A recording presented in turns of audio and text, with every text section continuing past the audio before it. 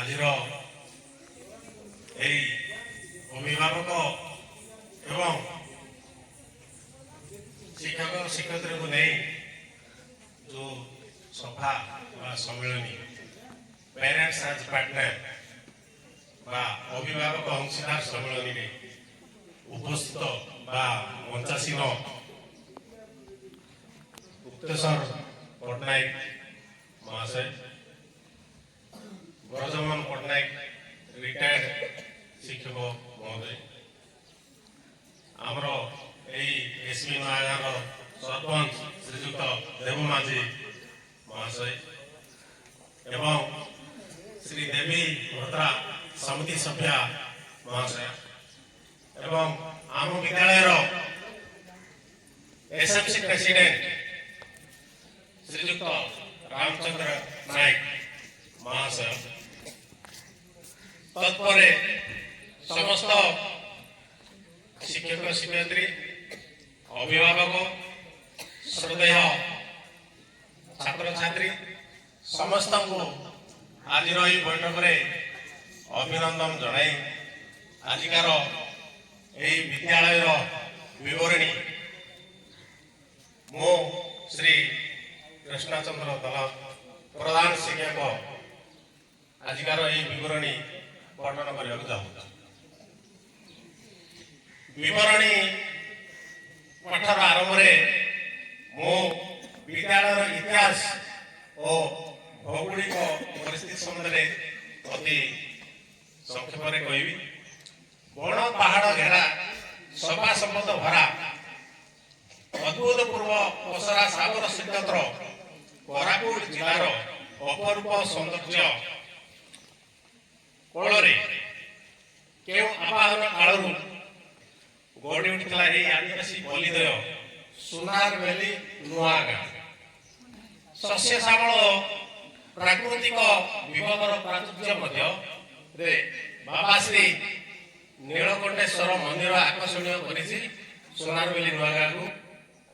ଆମର ଏହି ଶିକ୍ଷା ମନ୍ଦିର ଗତତା 16/1/1989 ତାରିଖ ଠାରୁ ବା ମସିହା ଠାରୁ ସ୍ଥାନୀୟ ଲୋକଙ୍କ ପ୍ରଚେଷ୍ଟା, ଜନସାଧାରଣଙ୍କର ଅକୁଣ୍ଠ ସହଯୋଗ, ସ୍ୱର୍ଗତ ବାସୁଦେବ ମାଝୀ, ପୂର୍ବତନ ବିଧାୟକ କଟପାଡ଼, ସ୍ୱର୍ଗତ ଶଶିଭୂଷଣ ପଟ୍ଟନାୟକ ଏସ୍ବି ନୂଆଗାଁ, ସ୍ୱର୍ଗତ ସରୋଜ କୁମାର ପାତ୍ର ସନଗାଁ ଏବଂ ବିଶେଷତଃ ଏହି ଗ୍ରାମର ଶ୍ରୀଯୁକ୍ତ ଜି ଗୌରିଆ ଓ ଅନ୍ୟାନ୍ୟ ବ୍ୟକ୍ତିଙ୍କ ପ୍ରଚେଷ୍ଟାରେ ଆରମ୍ଭ ହୋଇଥିବା ଏହି 10 ଏକର ଜମି ବିଶିଷ୍ଟ କ୍ଷୁଦ୍ର ଚାରାଟି ବର୍ତ୍ତମାନ ଏକ ମହାଦ୍ରୁମରେ ପରିଣତ ହୋଇଛି।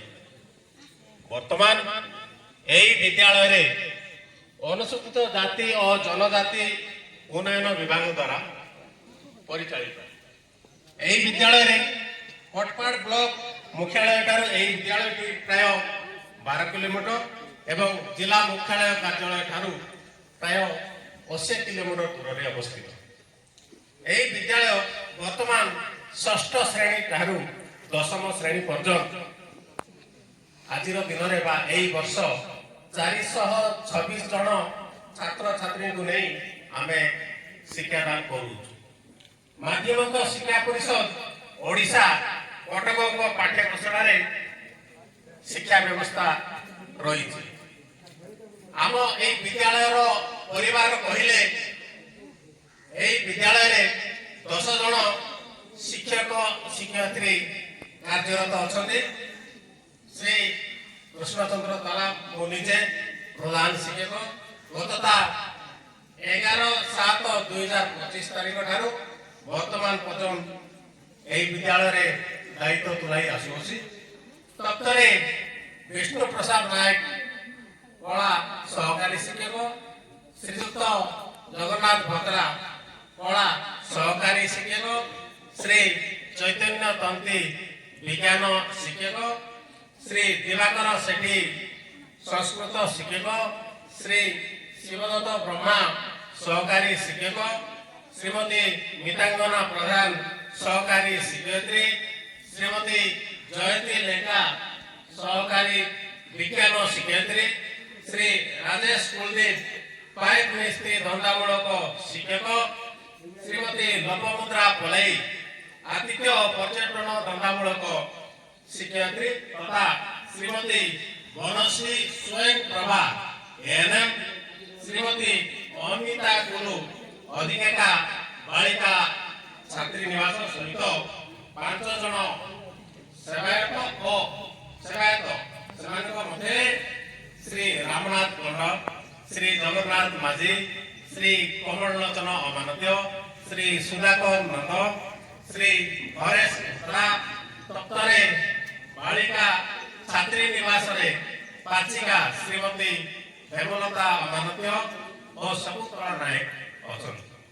ଏତଦ୍ ବ୍ୟତୀତ ଶ୍ରୀ ପ୍ରଦ୍ୟୋତ ବରାଳ କନିଷ୍ଠ କିରାଣୀ ମଧ୍ୟ ଆମ ବିଦ୍ୟାଳୟରେ କାର୍ଯ୍ୟରତ।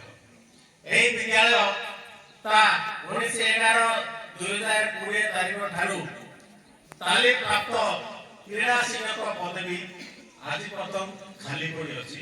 ତେଣୁ ଶିକ୍ଷା ଓ କ୍ରୀଡ଼ା କ୍ଷେତ୍ରରେ ବାଧା ସୃଷ୍ଟି ହେଉଛି। ଏହି ବିଦ୍ୟାଳୟରେ ଅସ୍ଥାୟୀ ଭାବେ 5 ଜଣ ସେବାୟତ ଓ 2 ଜଣ ମହିଳା ସେବାୟତ ଅଛନ୍ତି। ବହୁ ଦିନରୁ ଦପ୍ତରୀ ପଦ ଖାଲି ପଡ଼ିଅଛି। ଏହି ବିଦ୍ୟାଳୟର ପ୍ରଥମ ପ୍ରଧାନ ଶିକ୍ଷକ ଶ୍ରୀଯୁକ୍ତ ଏସ୍.ଏନ୍. ରଥ ବିଦ୍ୟାଳୟର ପ୍ରତିଷ୍ଠା ଦିବସ ତା 16/1/1999 ତାରିଖ ଠାରୁ ତା 16/2/1993 ପର୍ଯ୍ୟନ୍ତ ଦାୟିତ୍ୱ ତୁଲାଇଥିଲେ।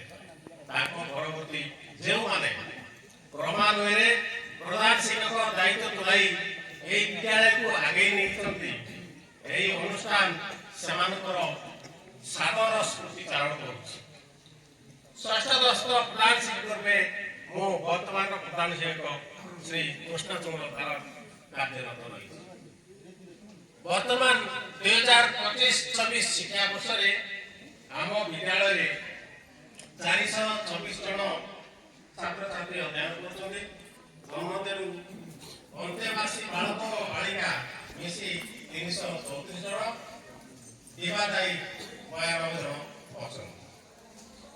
ବିଦ୍ୟାଳୟରେ ପୂର୍ବେ 5T ପରିବର୍ତ୍ତେ ବର୍ତ୍ତମାନର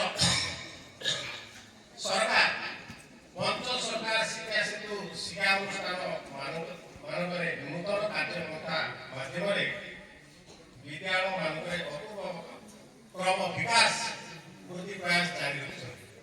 ବିଶେଷ କରି ନବମ ଏବଂ ଦଶମ ଶ୍ରେଣୀର ଛାତ୍ରଛାତ୍ରୀମାନଙ୍କ ପାଇଁ ଏହି ବିଦ୍ୟାଳୟରେ ସରକାରଙ୍କର ପ୍ରଦତ୍ତ ଗୋଟିଏ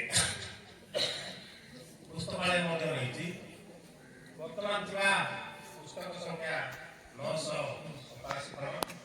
ଶ୍ରୀ ଦିବାକର ସେଠୀ ସଂସ୍କୃତ ଶିକ୍ଷକ ଏହାର ପରିଚାଳନା ଦାୟିତ୍ୱ ଦେଇଛନ୍ତି। ଏହି ପୁସ୍ତକାଳୟକୁ ଇ-ଲାଇବ୍ରେରୀ ରୂପେ ରୂପାନ୍ତରିତ କରାଯାଇ 10ଟି କମ୍ପ୍ୟୁଟର ସଂଯୋଗ କରି BSNL ବ୍ରଡବ୍ୟାଣ୍ଡ ଇଣ୍ଟରନେଟ୍ ମାଧ୍ୟମରେ ଛାତ୍ରଛାତ୍ରୀଙ୍କୁ ଶିକ୍ଷା ପ୍ରଦାନ ନିମିତ୍ତ ଶ୍ରୀ କୃଷ୍ଣ ପ୍ରସାଦ ନାୟକ ସହକାରୀ ଶିକ୍ଷକ ତାର ଦାୟିତ୍ୱ ତୁଲାଉଛନ୍ତି। ସମୟ ନିକଟ ଅନୁସାରେ ଛାତ୍ରଛାତ୍ରୀଙ୍କୁ ପୁସ୍ତକାଳୟରେ ପୁସ୍ତକ ଓ ସମ୍ବାଦପତ୍ର ପଠନ, ପୁସ୍ତକ ପ୍ରଦାନ କରିବା ସହିତ କମ୍ପ୍ୟୁଟର ଶିକ୍ଷାର ପ୍ରଦାନ କରାଯାଉଛି। ବିଦ୍ୟାଳୟରେ ବିଜ୍ଞାନଗାର ମଧ୍ୟ ରହିଛି।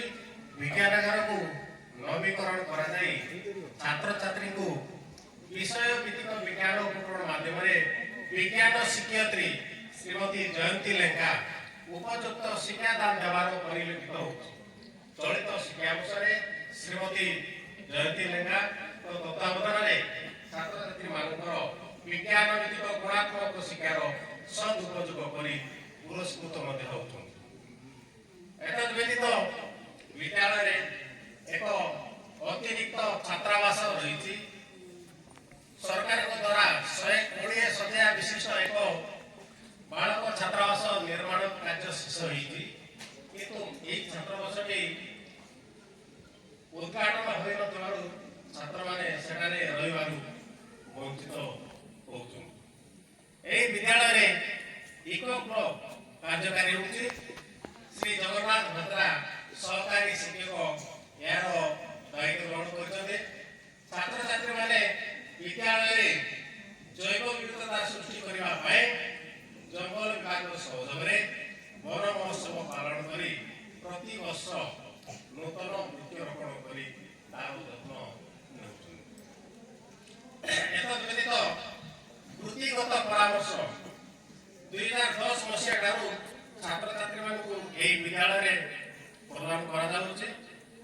ଶ୍ରୀ ବିଷ୍ଣୁପ୍ରସାଦ ନାୟକ କଳା ଶିକ୍ଷକଙ୍କ ତତ୍ତ୍ୱାବଧାନରେ ସୁଚାରୁ ରୂପେ ସମ୍ପାଦନା କରିବା ସହିତ କୋଟପାଡ଼ ମହାବିଦ୍ୟାଳୟର ଅଧ୍ୟାପକ ଶ୍ରୀଯୁକ୍ତ ହେମନ୍ତ କୁମାର ଦଳେଇ ମହାଶୟ ତଥା ITI କୋଟପାଡ଼ର ଶ୍ରୀଯୁକ୍ତ ବଳରାମ ସେଠୀ, ଶ୍ରୀଯୁକ୍ତ ଲକ୍ଷ୍ମୀକାନ୍ତ ଦାସ ମହାଶୟ, IIM ଜୟପୁରର ଅଧ୍ୟାପକ ଶ୍ରୀଯୁକ୍ତ ସନ୍ତୋଷ କୁମାର ସ୍ୱାଇଁ ଏବଂ SP ନୂଆଗାଁସ୍ଥିତ ଚିକିତ୍ସାଳୟର ଡାକ୍ତର ଶ୍ରୀ ବିଶ୍ୱଜିତ ମଲ୍ଲିକ ମହାଶୟ ଏବଂ ଫାର୍ମାସିଷ୍ଟ ଶ୍ରୀ ସୁଶାନ୍ତ କୁମାର ବଳ ମହାଶୟ କ'ଣ ପଢ଼ିଲେ ଏବଂ କେଉଁ ପରିମାଣରେ ପଢ଼ିଲେ ପରିଶ୍ରମ କଲେ ତୁମେ ଡାକ୍ତର କିମ୍ବା ଫାର୍ମାସିଷ୍ଟ ହୋଇପାରିବ ବା ତୁମ ଭବିଷ୍ୟତକୁ ଗଢ଼ିପାରିବ ସେ ସମ୍ପର୍କରେ ଛାତ୍ରଛାତ୍ରୀମାନଙ୍କୁ ପରାମର୍ଶ ମଧ୍ୟ ପ୍ରଦାନ କରୁଛନ୍ତି ଏବଂ ଅନ୍ୟାନ୍ୟ ପରାମର୍ଶଦାତାମାନଙ୍କ ସହାୟତାରେ ମଧ୍ୟ ମାସର ଶେଷ ଶନିବାର ପିଲାଙ୍କୁ ସେମାନଙ୍କର ଭବିଷ୍ୟତ ନିର୍ଦ୍ଧାରଣ ବା ନିଯୁକ୍ତି ସମ୍ବନ୍ଧୀୟ ଦିଗ୍ଦର୍ଶନ ଦିଆଯାଉଛି, ଯାହାଫଳରେ ପରବର୍ତ୍ତୀ ସମୟରେ ଛାତ୍ରଛାତ୍ରୀମାନେ ସେମାନଙ୍କର ଭବିଷ୍ୟତ ଗଢ଼ିବା ପାଇଁ ସହାୟକ ହୋଇପାରିବେ। ବିଦ୍ୟାଳୟରେ କ୍ୟାବିନେଟ୍ ବ୍ୟବସ୍ଥା ରହିଛି। କ୍ୟାବିନେଟ୍ ବିଭାଗରେ ଶ୍ରୀ ଶିବଦତ୍ତ ବ୍ରହ୍ମା ସହକାରୀ ଶିକ୍ଷକ ଓ ଶ୍ରୀ ରାଜେଶ କୁଳଦୀପ ଘଣ୍ଟାମୂଳକ ଶିକ୍ଷକଙ୍କ ଦ୍ୱାରା ପରିଚାଳିତ ହେଉଛି।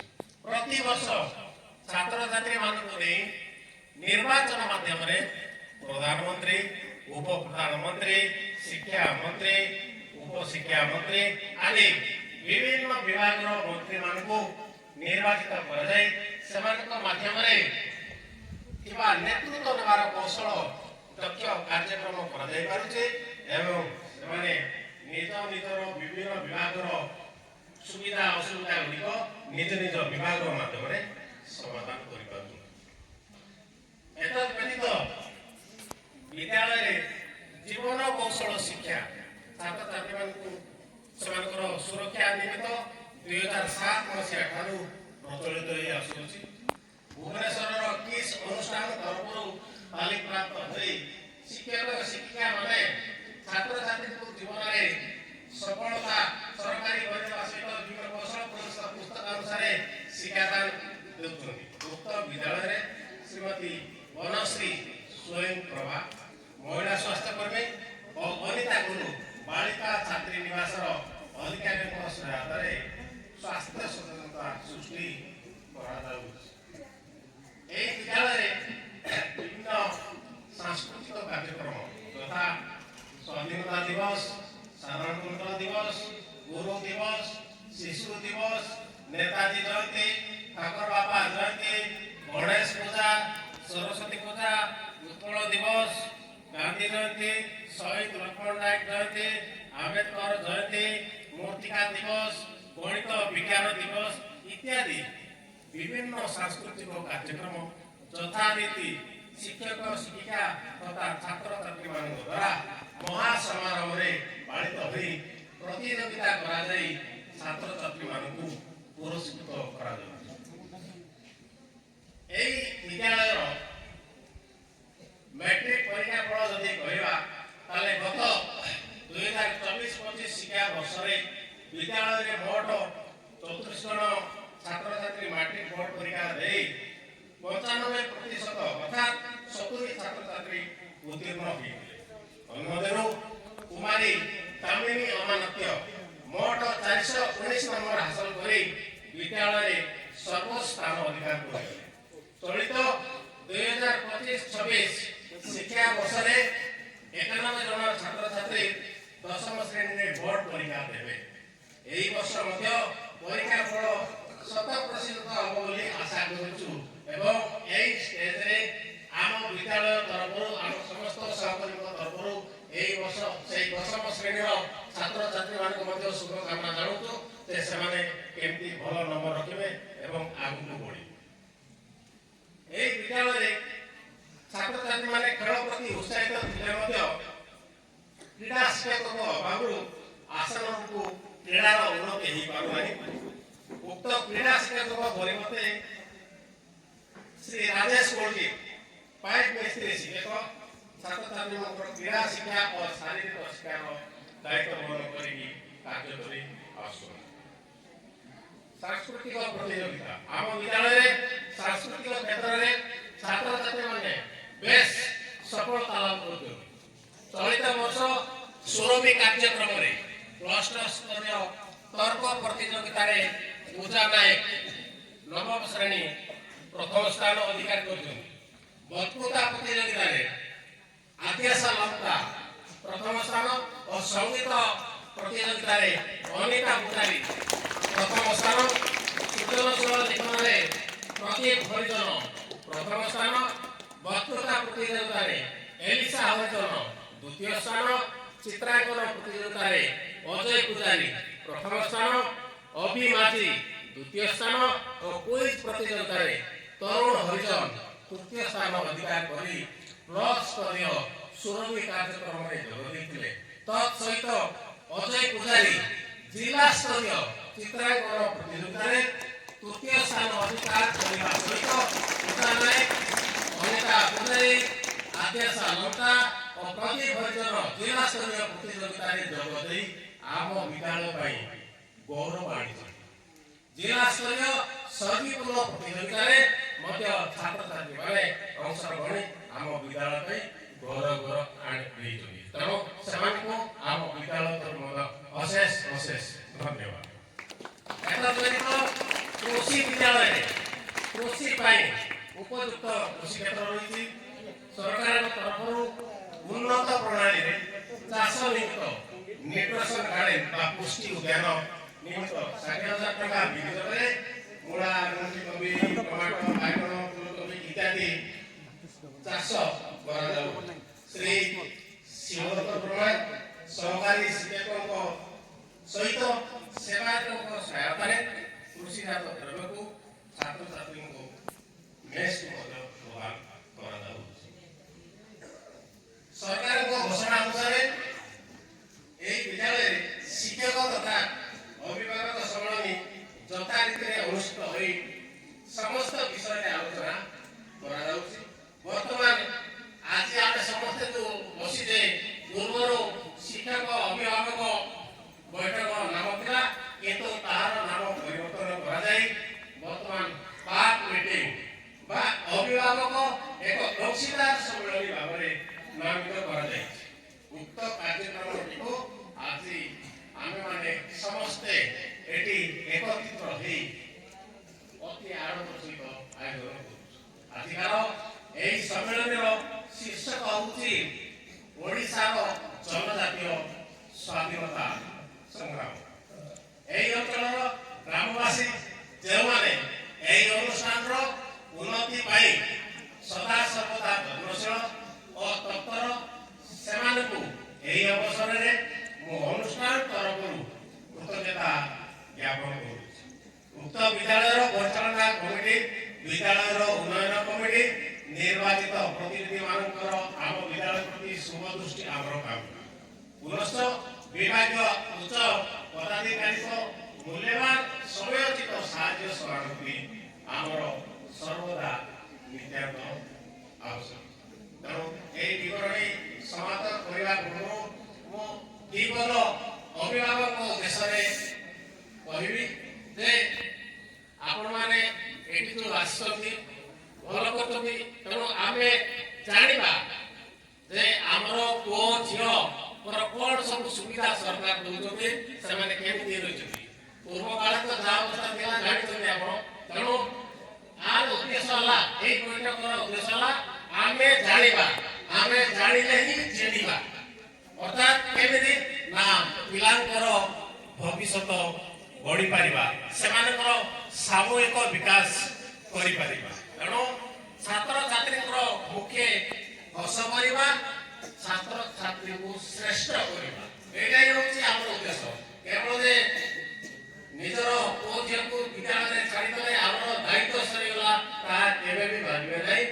ଉଭୟ ପିତା ମାତା ଏବଂ ଶିକ୍ଷକ ଉଭୟ ମିଶିକି ହିଁ ପିଲାଙ୍କର ଭବିଷ୍ୟତ ଆମେ ଗଢ଼ି ପାରିବା। ତେଣୁ ଆପଣମାନଙ୍କର ରୋଲ ମଧ୍ୟ ବା ଆପଣମାନଙ୍କର ଅଂଶୀଦାର ମଧ୍ୟ ବହୁତ ରହିଛି।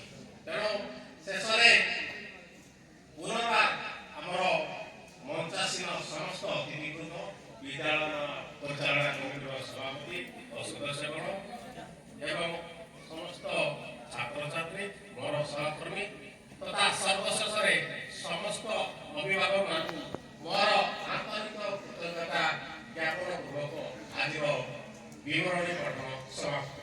ଜୟ ହିନ୍ଦ।